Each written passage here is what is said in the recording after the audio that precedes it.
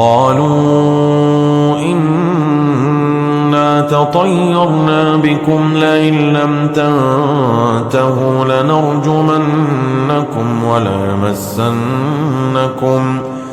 وليمسنكم منا عذاب أليم قالوا طائركم معكم أئن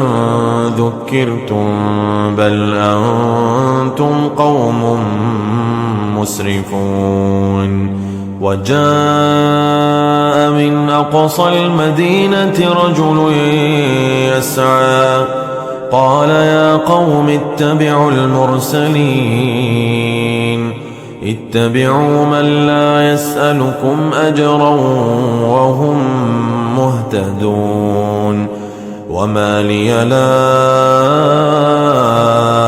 أعبد الذي فطرني وإليه ترجعون أأتخذ من دونه آلهة إن يردني الرحمن بضر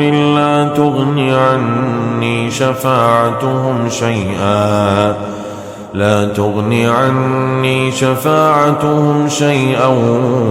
ولا ينقذون إني إذا لفي ضلال